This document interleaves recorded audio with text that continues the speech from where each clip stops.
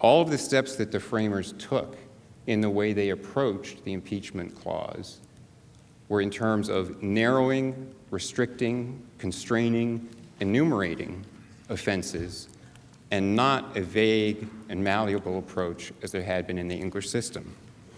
As Gouverneur Morris argued in discussing the impeachment clause, that only few offenses, he said, few offenses ought to be impeachable, and the cases ought to be enumerated and defined.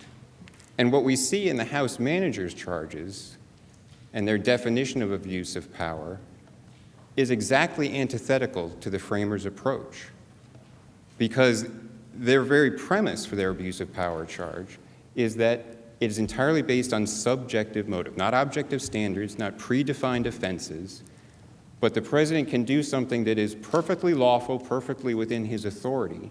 But if the real reason, as Professor Dershowitz pointed out, that's the language from their report, the reason in the president's mind is something that they ferret out and decide is wrong, that becomes impeachable. And that's not a standard at all. It ends up being infinitely malleable.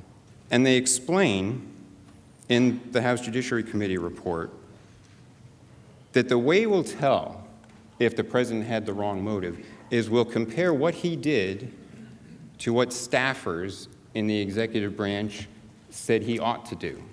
So they say, quote, that the president, quote, disregarded United States foreign policy towards Ukraine, end quote, and that he ignored, quote unquote, official policy that he had been briefed on, and that he, quote, ignored, defied, and confounded every agency within the executive branch, end quote.